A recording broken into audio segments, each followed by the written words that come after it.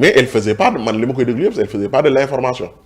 am na ñoo xam ne actualité la ñuy leen def mais tey ji pour man le gars ñi nga laa il devait être à la hauteur mën na ko gérer. mais mënoo jël koo xam ni tamit habitude wu ba pare nga teg ko foofu noonu tamit démb c'était la tache noire de l'émission. ku yàkkamte ñibbil. les gens veulent entendre dañoo toog lu yàgg dégguñu seen président de la République. exactement oui. et les gens buvaient ses paroles. Diomaye lépp lu mu wax démb dafa leeral ay points yu bëri yoo xam ne dafa lëndëmoon. oui Diomaye ñi mu tontu. waaw. dafa bëri loo xam ne dañ ko doon wax te Diomaye bi mu ñëwee da ko tontu. très bien. te nit ñi bëggoon nañ gën a xam la position de Diomaye sur beaucoup de choses. alors Mahou tey dañu am énormément de matière sur ce débat là sur le plan économique laataa ñuy dem sur l'autre branche boo xamante ne dina laal la justice ak les réformes politiques sur le plan économique tamit yow mi nekk il faut le dire une personnalité qui maîtrise lépp luy jëm sur les chiffres sur l'économie ban appréciation moom nga ñuy indil ci wàllu boobu non du ma économiste sax ça bon. xam nga si dara de waaw bon oui oui. li ñu jàng jege na économie bu baax. mais démb man dafa am loo xamante ni je me posais des questions. muy lan. Diomaye da ko tontu sur le choix de dire la vérité sur les chiffres. l'exercice de transparence. de transparence xam nga yow nit ki Diomaye il a répondu man démb dafa ma répondre les questions que je me posais dans mon fort intérieur. yëpp loolu tontu. dafa ma tontu yu bëri parce que man xamoon naa ne. Oui. man je me disais que ne. il y avait une discussion. il y avait une discussion. Est-ce qu'il faut dévoiler ce qu'ils ont trouvé sur place. oui. Est-ce qu'ils savaient les risques yi ci nekk. parce que dafa am loo xamante ni gis nga en matière d'économie. moom la ñuy wax la confiance du marché. très bien. gis nga marché doomu aadama yi. oui. xam nga xaalis dafa jege xol. nit ñi bu seen xel ñaaree rek bu ñu amee xel ñaar ci yenn kii rek. jàppal ne. oui. tey jii créance su Sénégal yi. mais day wàcc maanaam tey jii Sénégal ñi ko lebal xaalis yépp soo demee sur le marché boursier. que ne suñu gisul lu ñu xam rek dañuy bëgg lépp lu ñu am loo xam ne ci bor la ci Sénégal ñu liquider ko. d'accord. jaay ko bala mbir yi di ñaaw. te te am na lu info yoo xam ne tey jii boo jékkee-jékkoon dama la jox exemple lu leer je donne un exemple très très accessible et très très compréhensible yow tu as des actions de la Sonatel. nga jékki-jékki rek dégg ñu ne Sonatel directeur maa ngi jégalu de ci directeur général bi. ndekete daf fa détourner plus de 30 milliards. yow mi am ay actions Sonatel. nga xam ne kat xam nga bu baax marché boursier ni muy demee mais xam nga yow action yi bu doon yéeg na ba yegg benn action je dis de n'importe quoi benn action bu nekk 100 000 francs mais grand nga am fa 500 actions mais da ngay jéem a jaay balaa action bi di gën a wàcc parce que lii day impacter ci société bi. te bu société bi bu amee problème action yi day wàcc. xam nga da nga koy jéem a jaay. tey sa xaalis parce que information bi nga dégg. moo baaxul ci société bi bu ñëpp jaayee nag prix day wàcc loolu mooy la loi de l'offre et de la demande.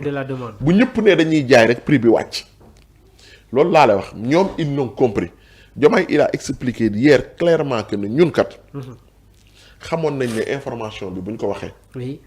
mën na faire vaciller la confiance du marché. oui. la confiance même de nos partenaires. oui. te bu ñu confiance de nos partenaires. bu ñu ko ébranler day tax ñun ñu am problème pour lever yenn fonds yi. parce que bul jàpp ne gis nga xam nga Sénégal. il faut que dama jox la benn exemple bu leer. il faut que Sénégalais yëpp def la comparaison yàlla du nit xam nga lu tax ma ne la yàlla du nit. mais imaginez le problème de dette qu'on a le Sénégal mais loolu mooy yëngal àdduna bi. Donald Trump les taxes là yi mu joxe pour yenn dëkk yëpp mu ku nekk mu jox la taxe. Sénégal bokk ci taxes yi gën a ndaw 10%. c'est le minimum. les produits yi jógee extérieur di dugg États-Unis ñu taxé ko les produits venant des États-Unis du Sénégal du dugg États-Unis ak dëkk yu ndaw a ndaw yi 10% la. mais lan moo ko indi lu tax Donald Trump a fait ça c'est le déficit budgétaire aux États-Unis parce que États-Unis dafa am dettu 36 000 milliards de dollars 36 000 milliards de dollars la États-Unis am 36 000 milliards de dette la am États-Unis recette am yépp toll ci 4 000 milliards de dollars ces dépenses toll ci 6 000 milliards de dollars. D'accord. Ça veut dire que déficit boobu noonu bu ñu deful un changement. jéem a la combler ce déficit là ce déficit budgétaire là. dette bi day gën di yokku parce que déficit budgétaire moo waral nit ñi xam nga tey jii bu ñu voté un budget que ne janvier la du 1er janvier au 31 décembre. budget bi ñu dem ba octobre xaalis ba jeex xam nga dañuy prévoir que ne dañuy lever ay fonds. pour mën a mottali budget bi. mais léegi boo lever ay fonds sa bor bi tout dans sa bor bi day yokk. sa bor day yokk mu yegg dem ba yegg ci 36 000 milliards de dollars mais loolu dafa bëri ñun Sénégal problème boobu rek la ñu am parce que bor bi ñu fekk. ñoom bor boobu. bor bi day yokk parce que adduna bi noonu amaguñu y a pas encore de politique pour diminuer cette dette là ñu wàññi dette boobu. ñoom démb joxe na position nan lañ nar a wàññee dette bi wax na ko lu leer ah. te man wax dëgg yàlla. fii laa taxaw ma ne la grand. fii laa taxaw yow man ak yow. la diminution du nombre d'employés ma ne la gis nga dans une société privée.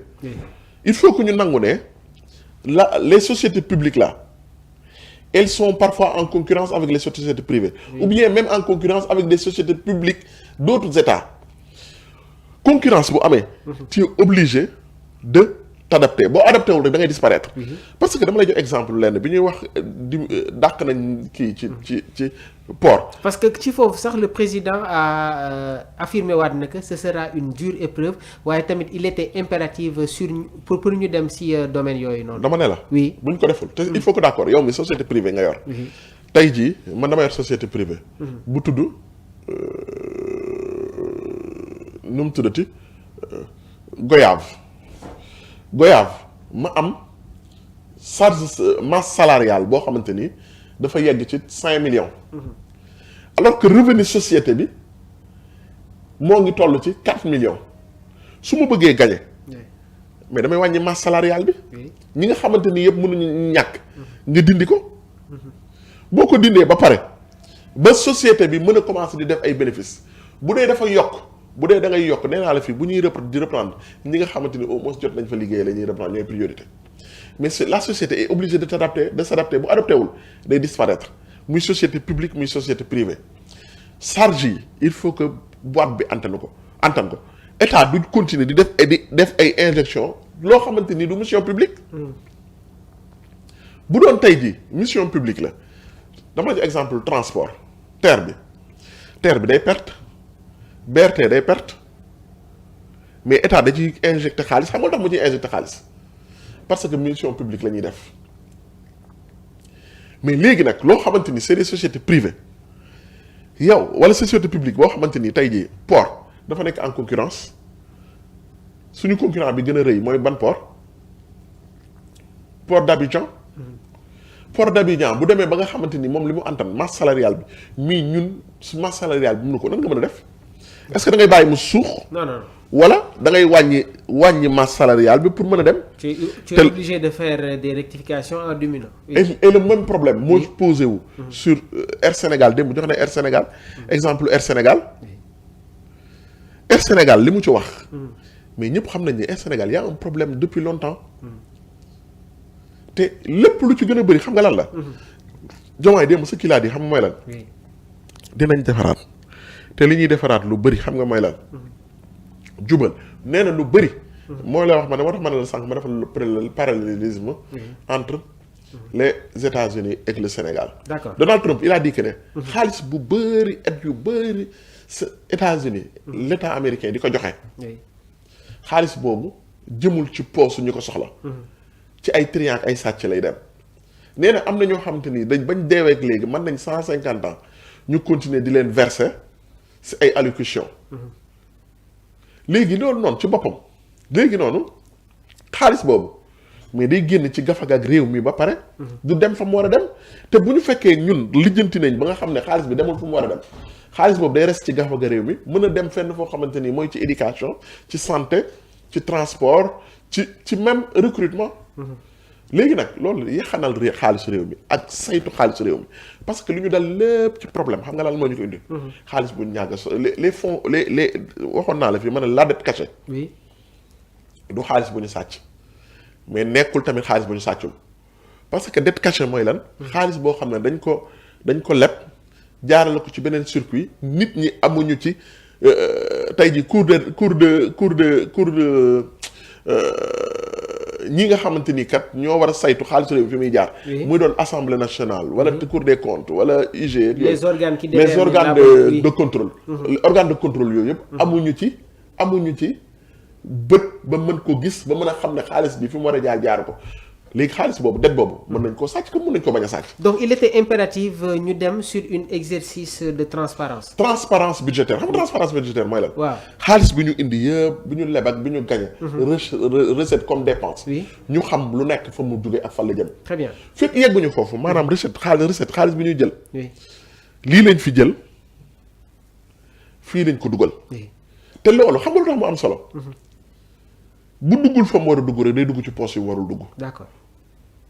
bu duggul fu mu war a dugg day dugg ci poste fu mu warul dugg. léegi sur les leviers à activer le président a